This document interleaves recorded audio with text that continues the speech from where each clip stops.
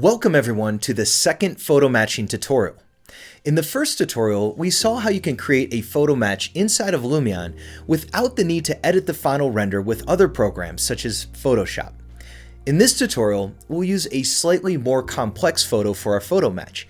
It has some objects in the foreground and background of where we will be placing our house. To keep these additional elements of our photo in the final render, we'll be using Lumion's 3D models and Photoshop. If you don't have Photoshop, any other image editor with similar functionality will do. Let's start with the basic photo match. We'll start with a new project on the empty green field. Now, let's add the Van Manen Villa model, which we used in our first tutorial. Remember, if you don't see the villa in the Import Models menu, you will need to load the Van Manen example scene once, so that the villa itself can be made available to use from the Import Model list in any new Lumion project, such as our empty green field. To get some context, let's place the villa at its target location using OpenStreetMap, as the OSM objects can help us to get the scaling right. We'll use a location in the Netherlands. You can find the full address in the video description to copy and paste into Lumion.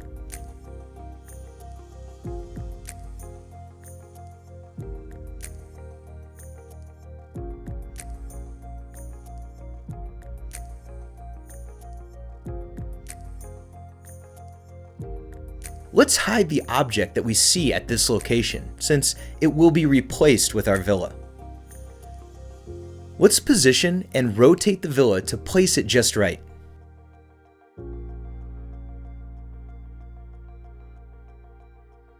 Now that that's done, let's go to photo mode and take a snapshot.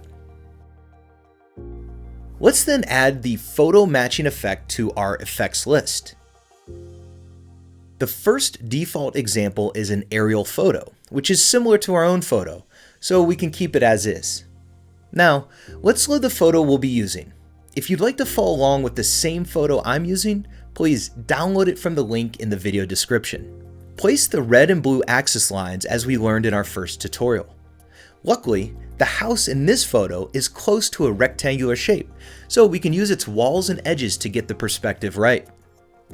Remember, you can use the cube and grid to help guide your axis lines. Let's place the cube's anchor point on this corner of the house in the photo, which will indicate where our model will be loaded. Clicking on Place Reference Point will take us back to our Lumion model and OSM map, where we will place the reference point in the same corner of the villa.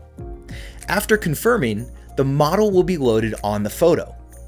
Rotate and scale the model until it matches the photo. As you can see, you can use the OSM objects as references to get the scale right. Use the base of these objects for reference, as their height data is not set correctly in OpenStreetMaps. Press the Shift key while adjusting the scaling slider for a more precise control. Now that it looks decent, we can go back into our editor mode and hide the OSM objects so that they don't show up in the photo matching. Don't worry that our house is bigger than the one originally in the photo. We'll go over tips on how to fix areas where our model is on top of the bushes and trees of the photo. Now it's time to edit the lighting effects that are used on our 3D model to get it to blend in better with the photo. It looks like the photo was taken on an overcast day. Let's load the overcast style. There are some trees at the front and at the side of our villa which are being obstructed by it, when they should actually be in front of the villa from this perspective. To fix this, what we'll do is place similar trees and bushes from the Lumion library at the same positions. An easy way of doing this is with the Build with Effects feature. Select a tree which looks like the trees in the photo that are in front of the house. For example, European Aspen XL. Let's place one and then return to photo mode to see how it looks in the photo. The tree is too small and it needs to be repositioned. With a bit of trial and error, you can get it at the right spot.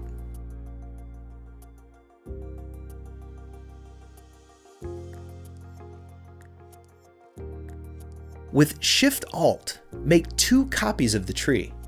Turn and scale each of them so they are slightly different from each other for a more natural feel. Do the same for the bushes at the side of the house. Since they are positioned on a straight line, you can use Lumion's mask placement tool.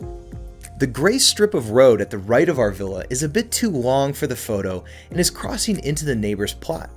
This probably would need to be adjusted in our 3D modeling software. Looking at the render preview, I think we're off to a good start, but now let's do more to make the model blend better with the photo. We can see that the color of the original photo looks a bit bluish. The Lumion villa also looks a bit blue instead of white. Also, there's a small part of the roof on the old house that's still visible. Later, in Photoshop, we'll address all of this. Before that, let's tweak and add some more Lumion effects to make the image and model blend together better. The new villa looks a bit too sharp compared to other elements in the photo. Let's make it slightly less sharp with the depth of field effect by setting the focus distance different from the real distance. For example, we can set it at half the real distance, which you can measure using the autofocus option, and then play with the amount slider to get it at a similar level of blurriness as the photo. The villa also looks a bit too dark compared to the photo. Let's add an overcast real sky. Later, we'll apply some tweaks to our color correction effect to bring the light closer to the photos. To make the villa lighter, let's set the limit high slider slightly lower than the max. 0.7 should do it. Let's render the image and see what we get. Lumion renders not only the photo match, but also a photo mask and the scene without the photo. We won't be using these extra outputs in this tutorial, but we will use them in the next one.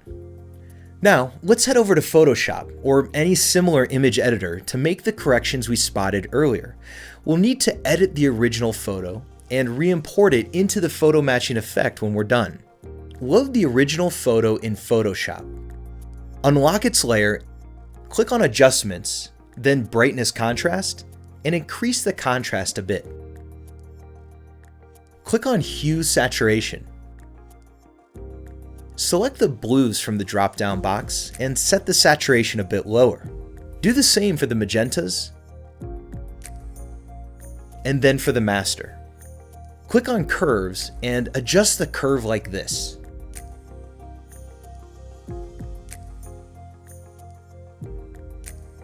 Now, we can take out the visible roof of our original photo using the Clone Stamp tool in Photoshop. Select the original photo layer and activate the Clone Stamp tool. While holding the Alt key down, click in the grass area close to the roof to take a sample. Let go of the Alt key, move the cursor down, and stroke left and right across the roof to turn it into grass. Export the image. Load this new image into the photo matching effect in Lumion. Let's render the photo match again. Looks good.